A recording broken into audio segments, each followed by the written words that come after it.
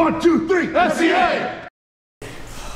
Okay, we were looking a little bit tonight. We've taught a lot of different takedowns, but there's two fundamental stages that come before the actual takedown.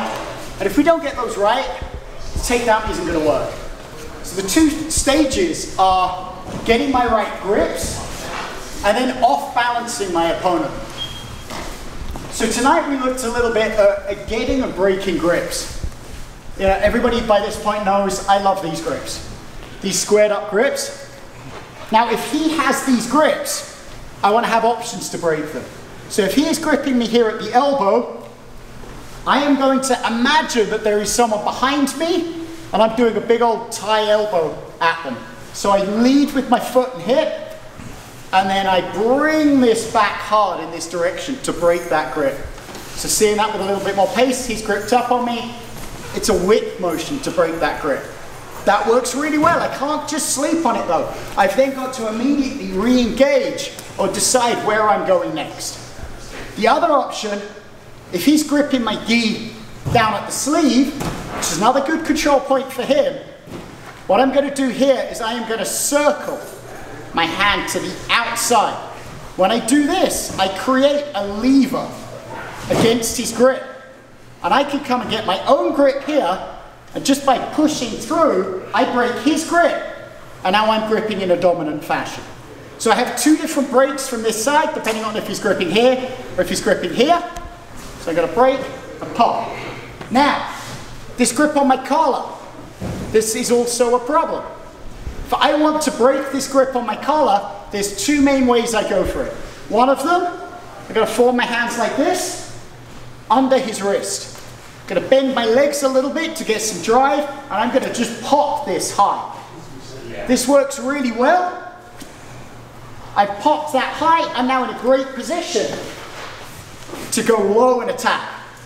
My other option, I'm going to go a little bit Steven Seagal, going to reach over the top, a grip. My fingers are going around, my thumb is behind his hand, and I make kind of a pinch around his hand.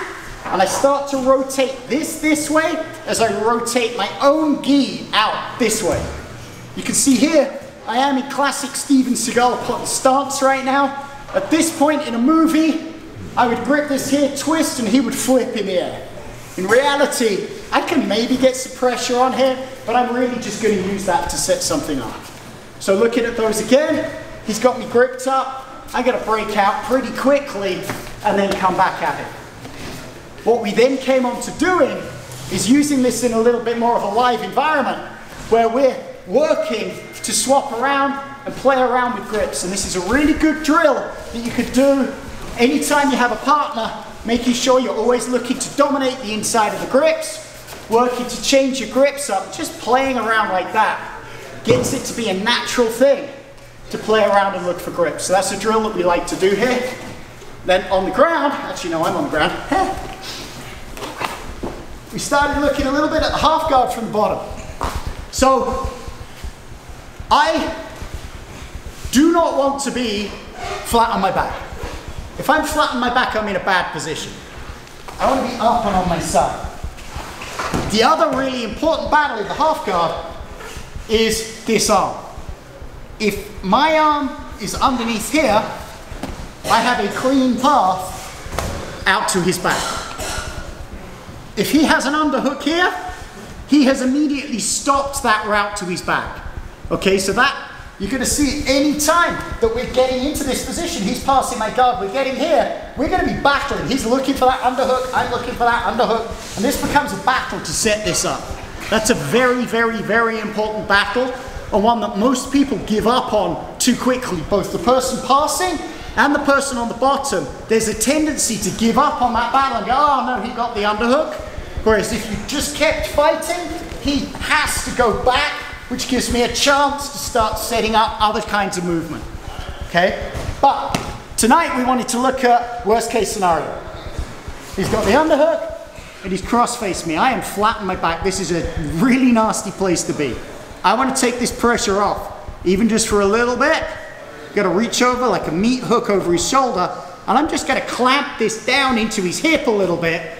You can see my voice changes a little bit as I just get a little bit of leeway to breathe. Next step, this arm, I'm going to use this and I'm going to use a bit of a bridge to drive up and into him. So I'm up on my side. Now I can take this hand and I can swim it across his face. This other hand swims to the inside. I've got a nice little frame. This frame has opened up a big old doorway here. So I'm going to again swim underneath, pop out the back door, proceed to take my partner's back, get my hooks, choke him unconscious, go home for dinner. So that's all well and good, but he knows I want to do that. So I'm going to start here, I brace up onto the side, I make my frame. As I go to come under here, he's going to start whizzering me, or he's going to start staying tight on me to stop me being able to pop out. Okay? So he's whizzed here. I'm going to go looking for his foot. With my feet, I'm across this side, I'm going to swap my feet. I'm now going to be right down at his ankle and I am just going to walk his leg out.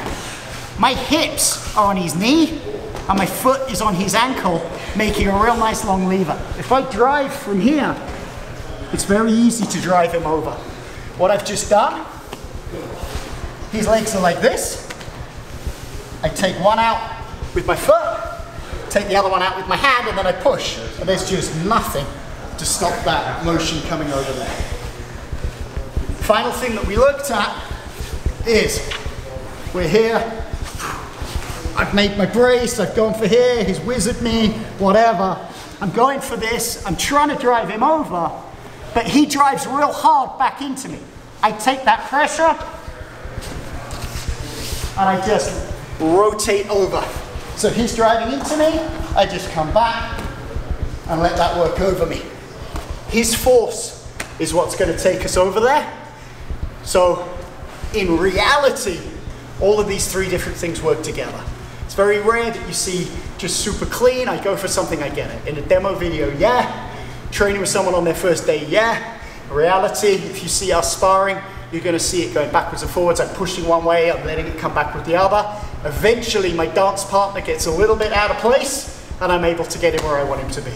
And that's the game. Whoever gets the other person out of place first is going to get where they want to go. Thanks for helping me out. Good training.